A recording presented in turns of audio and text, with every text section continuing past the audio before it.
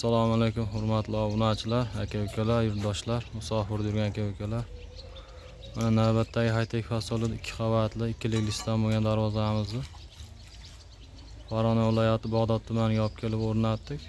Darvozamiz razmeriga keladigan bo'lsak, eni 4 metr, bo'yi 3,5 metrga tayyor bo'ldi. Stoykalari 10 tagi shiviller, zamoklarni zubr zamok, mokra asfalt svetda demokrasiya berdik. Albatta nerjivenkalarigacha qo'yib chiroyli qilib berdik. Nerjivenkalarning bir taglarini remontdan keyin ko'chiramiz deyishdi. Mana bu joylarni ko'chirib qo'ydik.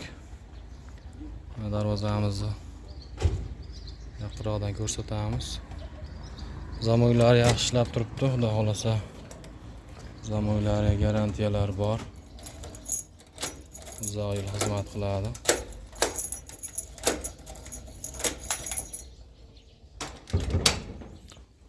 Aka-ukalar, darvozamiz orqa holati.